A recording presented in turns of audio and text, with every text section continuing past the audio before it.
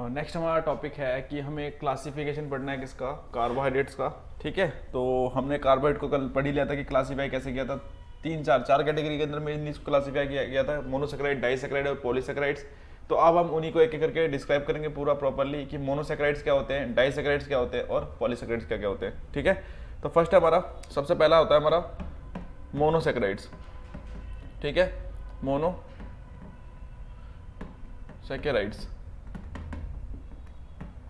ठीक है, अब मोनो का मतलब मैंने आपको बता दिया था कि मोनो का मतलब होता है वन यूनिट। ठीक है, कि मोनो का मतलब होता है वन यूनिट, कि एक यूनिट होगी।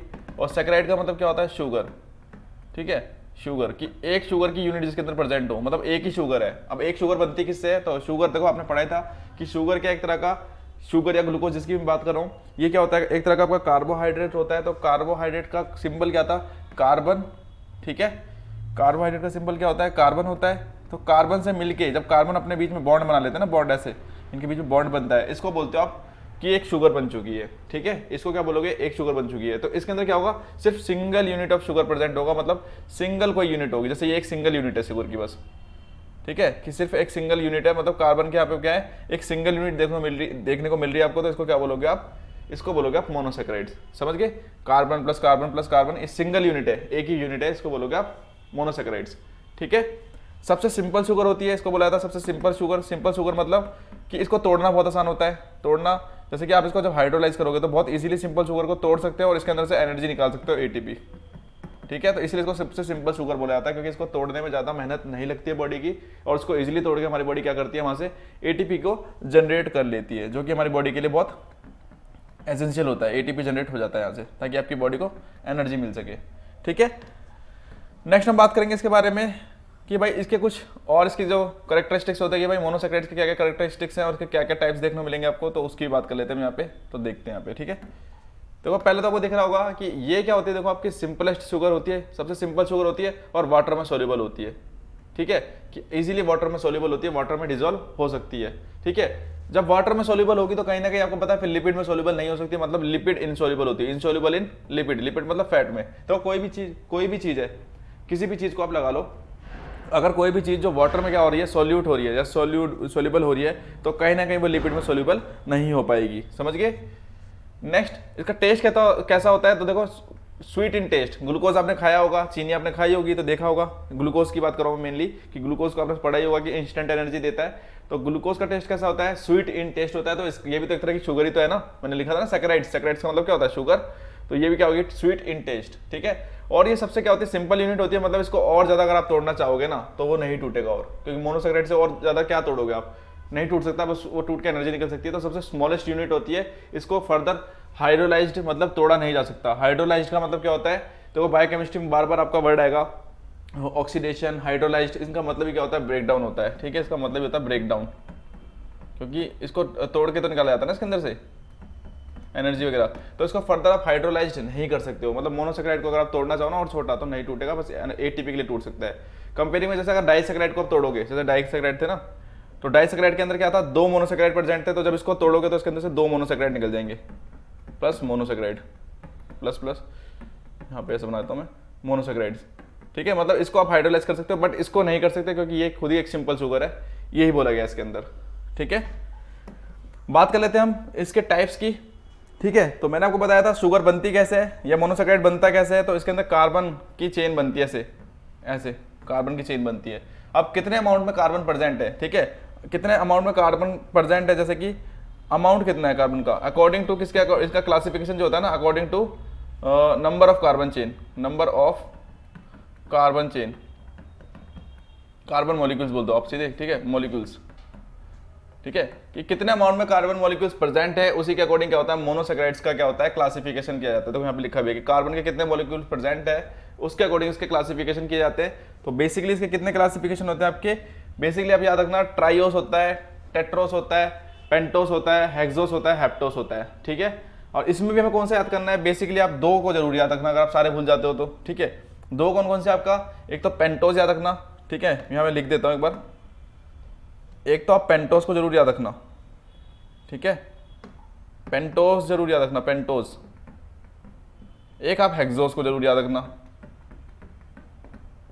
ठीक है, अब बताता हूं क्यों याद रखना है आपको। देखो पेंटो का मतलब होता है, पेंट मतलब क्या होता है 5, पेंट वर्ड का मतलब होता है 5, पेंटोज मतलब, तो कहीं ना कहीं इसके अंदर क्या होंगे 5 मॉलिक्यूल प्रेजेंट होंगे किसके, कार्बन के, 1 2 3 4 5, ठीक है। और इनके बीच में क्या होगा, एक बॉन्ड होगा, ठीक है, जिससे जुड़े होंगे आपस में।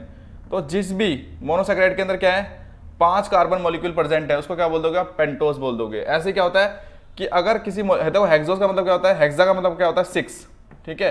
तो जिस भी मोनोसैकेराइड के अंदर क्या है कि 6 मॉलिक्यूल प्रेजेंट है कार्बन के, 1 2 3 4 5 और 6 मॉलिक्यूल अगर प्रेजेंट है उसको क्या बोल दोगे आप, उसको बोल दोगे आप हेक्सोस, ठीक है, उसको बोल दोगे आप हेक्सोस, ठीक है। तो यही दो मेन आपको याद रखनी होती है। अब देखो इनको याद क्यों रखना होता है, क्योंकि यही इंपॉर्टेंट शुगर होती है हमारी बॉडी के लिए। पेंटोस कौन सी होती है, पेंटोस का ही दूसरा नाम होता है राइबोस, इसी को आप राइबोस बोलते हो।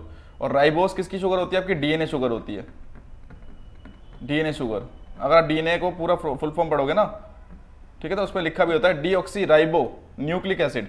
तो राइबोस से मिलकर बनता है, मतलब जो डीएनए मॉलिक्यूल को जो एनर्जी चाहिए होती है, जो सेल मेम्ब्रेन के अंदर हमारा न्यूक्लियस प्रेजेंट होता है ना, उसको जो एनर्जी चाहिए होती है, क्योंकि उसको भी एनर्जी चाहिए सेल डिवीजन वगैरह करने के लिए, फंक्शन करने के लिए, तो वहां पे कौन सी शुगर प्रेजेंट होती है, पेंटोस, जिसको आप राइबोस बोलते हो।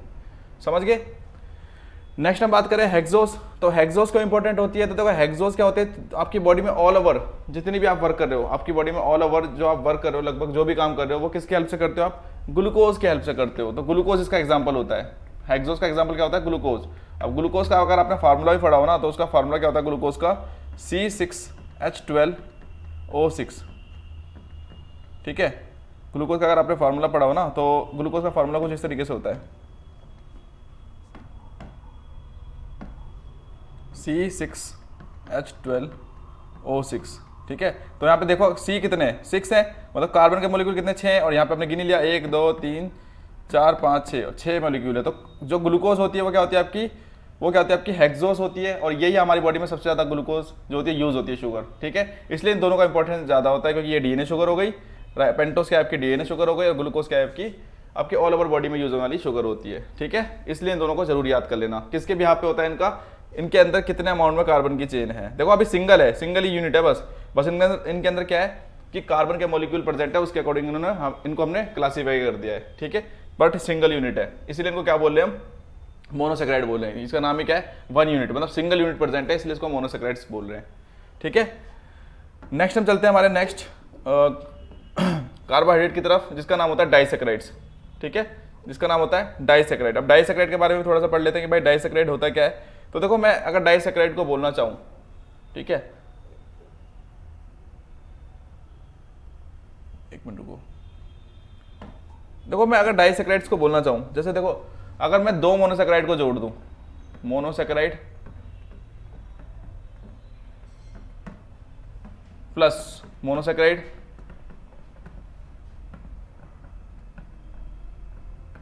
ठीक है, जब 2 मोनोसैकेराइड जुड़ जाएंगे आपस में तो क्या बना देंगे आपके, तो ये बना देंगे आपके डाइसैकेराइड्स, यही होगा ना, यही होगा कि भाई जब 2 मोनोसैकेराइड आपस में जुड़ जाएंगे तो वो क्या बना देंगे, आपका डाइसैकेराइड बना देंगे। इसका मतलब कि ये क्या हो चुका है, अब आपका मोनोसैकेराइड 2 यूनिट बन चुका है, मतलब 2 यूनिट ऑफ, दो डाइसैकेराइड को क्या बोलते हो आप, 2 यूनिट ऑफ शुगर, किसको आप 2 यूनिट ऑफ शुगर भी बोल सकते हो, क्योंकि सिंपल शुगर तो हम किसको बोल रहे थे, मोनोसैकेराइड को। और जब 2 वो जुड़ जाएंगी तो 2 यूनिट ऑफ शुगर की जुड़ जाएंगी, तो उसको बोल दोगे आप डाइसैकेराइड। जैसे मैं यहाँ पे आपको बना के भी दिखाता हूँ, जैसे देखो एक ये थी आपकी, आप सिंगल पढ़ रहे थे कि जब तक सिंगल यूनिट थी तब क्या बोल रहे थे आप उसको, तब तक आप उसको बोल रहे थे भाई मोनोसैकेराइड। बट इसके साथ एक और यूनिट आ जाए, देखो यहाँ भी आ गई एक यूनिट, ठीक है, और इन दोनों के बीच में भी क्या हो रहा है, बॉन्ड बन रहा है आपस में, ठीक है, आपस में क्या बन रहा है, बीच में बॉन्ड प्रेजेंट हो रहा है,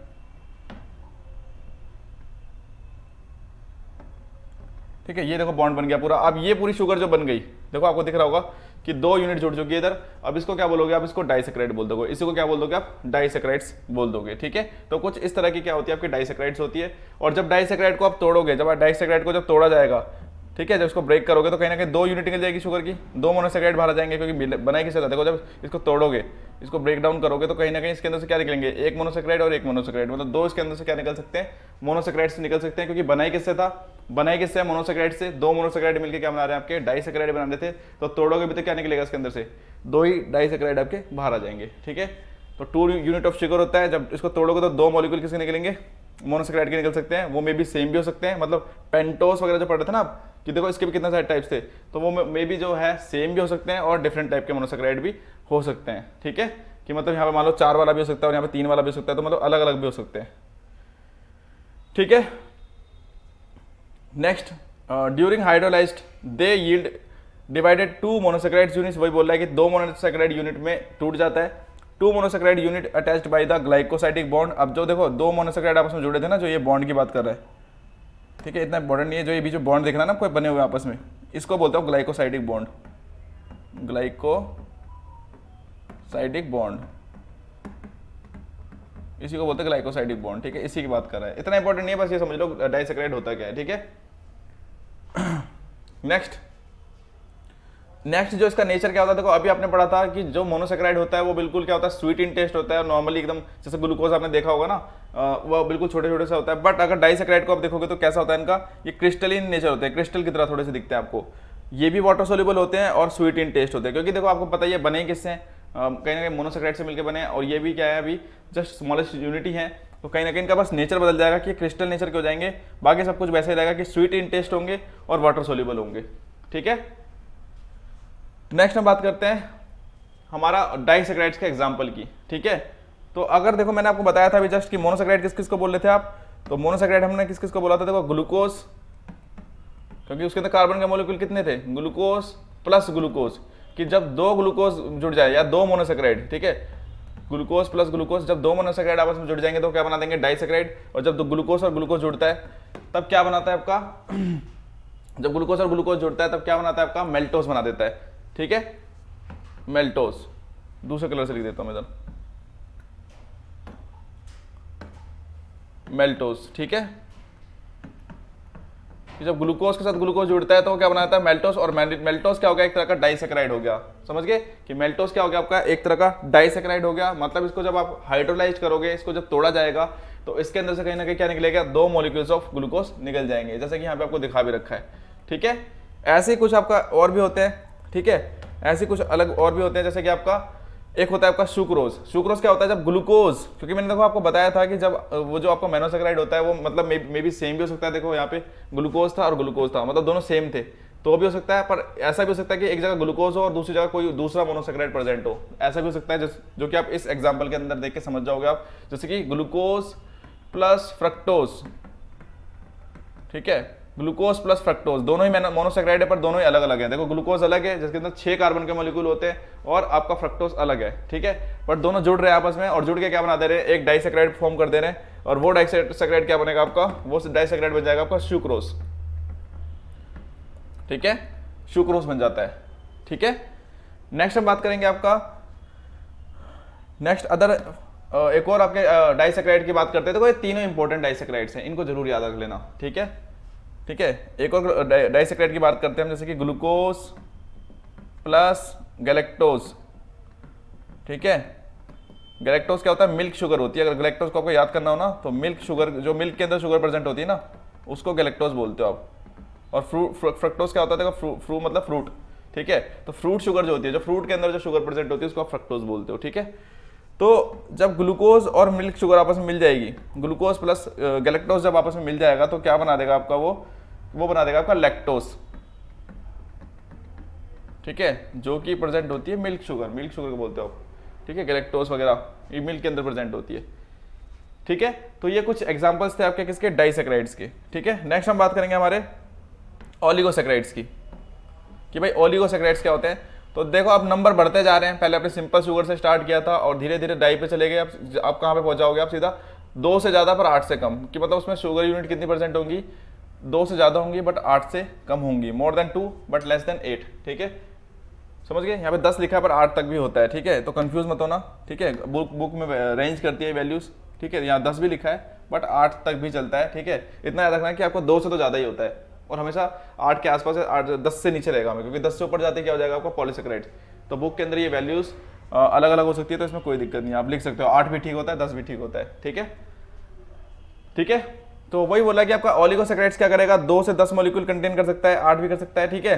और ये क्या होगा देखो, और ये क्या हो जाएगा, आप कॉम्प्लेक्स शुगर हो जाएगा, थोड़ा सा कॉम्प्लेक्स हो जाएगा, क्योंकि अभी तक आपने सिंपल शुगर पढ़ा था जिसके अंदर सिर्फ single unit of sugar present थी। थोड़ा सा और कॉम्प्लेक्स हुआ था, उसको बोला आपने क्या, इसको डाइसेक्राइड बोल दिया। अब और थोड़ा ज्यादा कॉम्प्लेक्स होता जा रहा है, मतलब उसके अंदर क्या हो रहा है, शुगर की यूनिट बढ़ती जा रही है, ठीक है। मैं बना के दिखाता हूं आपको यहाँ पे ओलिगोसेक्राइड्स, ऑलिगोसैकेराइड्स आपको बना के दिखा देता हूँ मैं एक बार। जैसे कि यहाँ पे देखो एक मोनोसैकेराइड, ठीक है, दूसरा मोनोसैकेराइड, तीसरा मोनोसैकेराइड, ठीक है, नंबर में अलग अलग कर दे रहा हूँ उनके, क्योंकि मे भी कैसे भी हो सकते हैं। चौथा मोनोसैकेराइड, पांचवा मोनोसैकेराइड, ठीक है। ये सारा मिलके क्या बन गया देखो, ये जितने भी मोनोसैकेराइड आपस में जुड़ रहे हैं, बॉन्ड भी बना देते हैं इनके बीच में, ग्लाइकोसाइडिक बॉन्ड होगा। इन सब के बीच में क्या होगा, ग्लाइकोसाइडिक बॉन्ड प्रेजेंट होगा, ठीक है, ठीक है। ये जो पूरी यूनिट बन रही है, ये जो स्ट्रक्चर बना के दिखाया मैंने आपको, ये पूरा क्या है आपका एक ऑलिसैकेराइड्स का एग्जांपल है। मतलब जब आप इसको तोड़ोगे, जब इसको तोड़ा जाएगा, ऑलिसैकेराइड को तोड़ा जाएगा, तो उसके अंदर से समझ सकते हो आप कितनी सारी, 2 से लेकर के, वो डिपेंड करेगा कि कौन सा ऑलिसैकेराइड्स था, वो डिपेंड करेगा कितने वाला ऑलिसैकेराइड्स था, कि उसके अंदर कितनी, उसके अंदर क्या हो सकता है आपका, मोनोसैकेराइड्स निकल सकते हैं। मतलब उसके अंदर बहुत सारे क्या हो सकते हैं, मोनोसैकेराइड्स निकल सकते हैं, ठीक है। 2 से ज्यादा होंगे और 8 से नीचे नीचे के आसपास आपको देखने को मिल सकते हैं। इसके बारे में आपको ज्यादा चीजें याद नहीं करनी है ऑलिसैकेराइड्स के बारे में। इसको आपको मेनली क्या याद करना है इसके अंदर, तो मैं बताता हूं आपको कि ये क्या होता है आपका, ब्लड ग्रुप एंटीजन फॉर्मेशन में हेल्प करता है। हमेशा याद रखना, जो आपके ब्लड के ऊपर जो आपका एंटीजन प्रेजेंट होता है, जैसे कि आपका ब्लड ग्रुप ए है, बी है, जो भी है, ओ है, वो एंटीजन कौन फॉर्म करता है, वो कहीं ना कहीं यही होते हैं आपके, ये वाले पॉलीसैकेराइड, सॉरी आपके ऑलिगोसैकेराइड्स ही होते हैं, जो क्या करते हैं आपके ब्लड ग्रुप एंटीजन को फॉर्म कराने में हेल्प कर रहे होते हैं, ठीक है।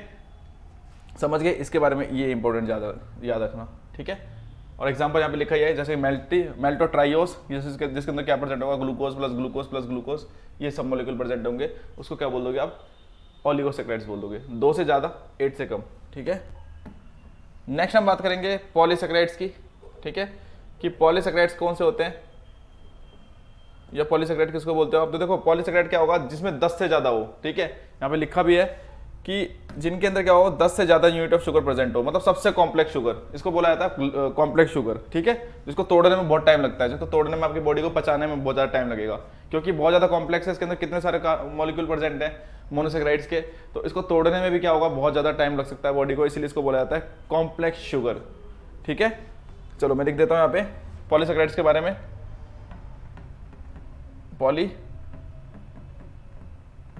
पॉलीसैकेराइड, ठीक है, इसी को क्या बोलते हो आप, कॉम्प्लेक्स शुगर भी बोलते हो, कॉम्प्लेक्स शुगर, ठीक है। और इसको क्या बोलते हैं, इसका अदर नेम क्या होता है, ऑल्सो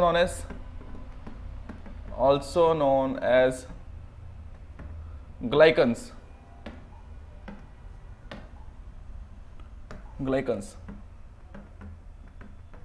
याद रखना इनका नाम, कभी आपको ग्लाइकन नाम देके बोल सकता है पेपर के अंदर, ठीक है। तो याद रखना ग्लाइकन्स को ही क्या बोलते हो आप, उन्हीं का नाम होता है। पॉलीसैकेराइड्स का नाम ही क्या होता है, ग्लाइकन्स होता है। शुगर यूनिट कितनी परसेंट होगी इसमें, मोर देन 10 यूनिट, कि 10 से ज्यादा यूनिट ऑफ शुगर प्रेजेंट होंगी, कि 10 से ज्यादा यूनिट ऑफ शुगर इसमें प्रेजेंट होंगी, और इसलिए क्या होगा, इनका नाम क्या होता है, ग्लाइकन, इसीलिए इनको ग्लाइकन्स या फिर कॉम्प्लेक्स शुगर के नाम से भी जाना जाता है, ठीक है। देखो जिसके पास जितनी ज्यादा शुगर होगी उसका मॉलिक्यूलर वेट उतना ज्यादा हाई होगा, तो polysaccharides have high molecular weight, ठीक है, हाई मॉलिक्यूलर वेट होता है इनका, ठीक है। पॉलीसैकेराइड ऑल्सो नोन एज ग्लाइकन्स, यहाँ लिखा भी है, जो मैंने आपको वहाँ लिख के बता दिया है कि भाई ग्लाइकन्स इनको बोला जाता है, कि ये आप याद रखना कि इनको ही ग्लाइकन्स बोलते हैं, ठीक है। जनरल फॉर्मूला क्या होता है इनको लिखने का, तो C6H10O5 इनका फॉर्मूला होता है, ये याद करो या मत करो, बट इतना याद कर लेना, इनका ही नाम क्या होता है, ग्लाइकन्स होता है, क्योंकि आगे क्वेश्चन आने वाला है इसके रिगार्डिंग कि किस किस को क्या बोलते हो आप, ठीक है। तो इन्हीं का नाम ग्लाइकन्स होता है, और इन्हीं को आप क्या बोलते हो, कॉम्प्लेक्स शुगर के नाम से भी जानते हो, ठीक है। अब हम कुछ बात करेंगे किसकी, आपके टाइप्स की, पॉलीसैकेराइड्स के टाइप्स की, कि पॉलीसैकेराइड के टाइप्स कौन कौन से होते हैं। तो 2 तरीके के होते हैं, देखो एक तो लिखा है यहाँ पे आपका स्ट्रक्चरल पॉलीसैकेराइड्स, स्ट्रक्चरल पॉलीसैकेराइड लिखा हुआ है, देखो ध्यान से इधर कि यहाँ पे क्या लिखा है, देखो स्ट्रक्चरल पॉलीसैकेराइड्स, नाम से समझ में आ रहा होगा आपको कि स्ट्रक्चरल पॉलीसैकेराइड क्या करेगा भाई, स्ट्रक्चर फॉर्मेशन में हेल्प करेगा, ठीक है, स्ट्रक्चरल पॉलीसैकेराइड्स, ठीक है। जैसे कि एग्जांपल दे रखा है यहाँ पे पेप्टिडोग्लाइकन, ग्लाइकन नाम आ गया, यहाँ पे दिख रहा है आपको, ना दिख रहा हो तो मैं कहीं यहाँ साइड में लिख देता हूँ, तो यहाँ पे लिख देता हूँ मैं पेप्टिडोग्लाइकन। जब माइक्रोबायोलॉजी में पढ़ोगे ना तो आपको वहाँ पे बार बार वर्ड ये बार बार सुनने को देखने को मिलेगा आपको, पेप्टिडोग्लाइकन, देखो ग्लाइकन वर्ड आ गया, ग्लाइकन आ रहा है ना कहीं वर्ड, तो ग्लाइकन मतलब किसकी बात कर रहा है, पॉलीसैकेराइड्स की बात कर रहा है। और पेप्टिडोग्लाइकन क्या होती है, देखो ये बैक्टीरिया की सेल वॉल होती है, बैक्टीरिया की जो सेल वॉल बनी होती है ना, तो यहाँ लिखा है बैक्टीरिया की जो सेल वॉल होती है, जब बैक्टीरिया के बारे में पढ़ोगे ना तो बैक्टीरिया के ऊपर एक सेल वॉल प्रेजेंट होती है, जैसे हमारी प्लाज्मा मेम्ब्रेन होती है, ठीक है, ऐसी उनके पास भी सेल मेम्ब्रेन होती है, उसको भी ऊपर से कौन कवर करती है, बैक्टीरियल सेल वॉल कवर करती है, जो किससे बनी होती है, कॉम्प्लेक्स शुगर से बनी होती है, तभी बैक्टीरिया को मारने में थोड़ी दिक्कत आती है। उसको बोलते हो आप पेप्टिडोग्लाइकन। ठीक है, क्या फॉर्म करती है, ये करती है कि bacterial cell wall, bacterial cell wall, जो बैक्टीरिया की सेल वॉल होती है वो इससे बनी हुई होती है। ठीक है, नेक्स्ट हम बात करते हैं और कौन से टाइप्स होते हैं। दूसरा होता है आपका स्टोरेज पॉलीसेकेराइड्स। ठीक है, अब स्टोरेज पॉलीसेकेराइड्स का नाम भी आपको समझ में आ रहा होगा भाई, स्टोरेज के में हेल्प करेगा। ठीक है, कि स्टोर करने में हेल्प करता है। ठीक है, जैसे कि तो यहाँ पे लिखा भी हुआ है कि स्टोरेज पॉलीसेकेराइड्स क्या होते हैं आपके, storage polysaccharides are stored in the cells of plants and animals की सेल्स जो होती है उनके अंदर क्या होता है, स्टोर्ड होता है, और जब एनर्जी की जरूरत होती है तब ये टूटते हैं। जैसे कि स्टार्च प्लांट्स के अंदर और ग्लाइकोजन क्या होता है हमारे एनिमल्स के अंदर होता है। ये क्या होती है, स्टोर्ड फॉर्म होती है। ठीक है, किसकी, ग्लूकोज वगैरह की, और ये क्या होता है, एक तरह के पॉलीसेकेराइड्स होते हैं। ठीक है, अदर क्लासिफिकेशन क्या होते हैं इसके, ये भी इंपॉर्टेंट, देखो यह याद रखना, अदर क्लासिफिकेशन ऑफ पॉलीसेकेराइड्स की दो क्लासिफिकेशन इसके और फर्दर होते हैं, जिसमें देखो यहाँ लिख देता हूं मैं, अदर क्लासिफिकेशन में क्या होता है पॉलीसेकेराइड्स के,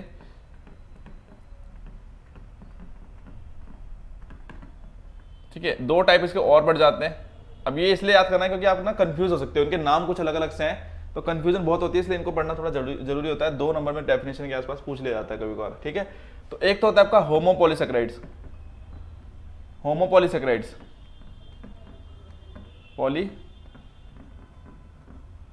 होमोपॉलीसेकेराइड, और इसी का दूसरे नाम से पता है क्या पूछेगा आपसे, होमोग्लाइकन्स, होमोग्लाइकन्स, मतलब वही बात बोल रहा है, बस कंफ्यूज करने के लिए क्या कर देगा, होमोग्लाइकन्स लिख देगा, आपको पता होगा पर आप भूल जाओगे यार क्या था। ठीक है, तो होमोग्लाइकन्स। इसके अलावा जो इसका दूसरा टाइप होता है वो होता है आपका हेट्रोपॉलीसेकेराइड्स, मैं हेट्रो लिख देता हूँ।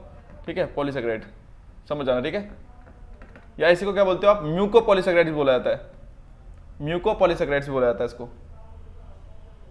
ठीक है, म्यूकोपॉलीसेकेराइड्स, ये नाम याद रखना इनके, कि अगर इनमें से कुछ भी पूछता है आपसे तो बात एक ही पूछ रहा है वो। ठीक है, तो कंफ्यूज मत होना कि म्यूकोपॉलीसेकेराइड या हेट्रोपॉलीसेकेराइड पूछ रहा है तो कुछ अलग होगा। ठीक है, ठीक है, वही चीज है, बस समझ जाना। ठीक है, कि म्यूकोपॉलीसेकेराइड्स या हेट्रोपॉलीसेकेराइड्स बात एक ही है, कि वही चीज को पूछ रहा है, बस आपको घुमा के थोड़ा कंफ्यूज करने के लिए उसने टर्म को बदल दिया है। ठीक है, देखो होमोग्लाइकन्स में क्या होता है कि देखो जब सेम नंबर के मोनोसेकेराइड जुड़ रहे हो, जैसे कि ग्लूकोज अगर है, glucose plus glucose plus glucose plus glucose, ठीक है, प्लस ग्लूकोज प्लस ग्लूकोज, मतलब सो वन चलता रहेगा ऐसे, 10 से ऊपर चला जाएगा ऐसे। मतलब एक ही आप देख रहे हो कि सारे जो मोनोसेकेराइड इसके अंदर जुड़े हुए हैं ना वो कैसे आपके कहीं ना कहीं एक ही जैसे हैं, ग्लूकोज जैसे। होमो मतलब एक जैसा, होमो मतलब उसके जैसा ही, उसको बोलोगे आप होमोपॉलीसेकेराइड्स या फिर होमोग्लाइकन्स। इसमें क्या होगा, सेम मोनोसेकेराइड प्रेजेंट होंगे, जो यहाँ पे वर्ड लिखा हुआ है same type of monosaccharides present होंगे, जैसे glucose plus glucose plus glucose plus glucose plus glucose and so on. ठीक है, तो इसी तरह के इसमें क्या होंगे, मोनोसेकेराइड्स प्रेजेंट होंगे, इसको बोलोगे आप होमोपॉलीसेकेराइड्स या फिर होमोग्लाइकन्स बोल दोगे आप, क्योंकि ग्लाइकन्स तो आप पॉलीसेकेराइड को बोल ही रहे हो। इसी कंपेयर में अगर आप हेट्रोपॉलीसेकेराइड्स को देखोगे, अगर आप, ठीक है, हेट्रोपॉलीसेकेराइड्स को अगर आप देखोगे कि भाई हेट्रोपॉलीसेकेराइड्स क्या होते हैं, तो इसके अंदर थोड़ा उल्टा होगा। ठीक है, हेट्रोपॉलीसेकेराइड्स को आप म्यूकोपॉलीसेकेराइड्स बोलते हो, तो हेट्रो मतलब क्या होता है, अलग, कि मतलब क्या होगा, देखो यहाँ पे क्या हो सकता है कि एक मॉलिक्यूल ग्लूकोज का हो सकता है, मैं यहाँ लिख देता हूँ उसका एग्जांपल। ठीक है, जैसे कि एक मॉलिक्यूल क्या हो सकता है, ग्लूकोज का हो सकता है, एग्जांपल करके लिख देना। ठीक है, एक मॉलिक्यूल ग्लूकोज का हो सकता है, दूसरा मॉलिक्यूल गैलेक्टोज हो सकता है, तीसरा मॉलिक्यूल लैक्टोज हो सकता, सॉरी आपका फ्रक्टोज हो सकता है,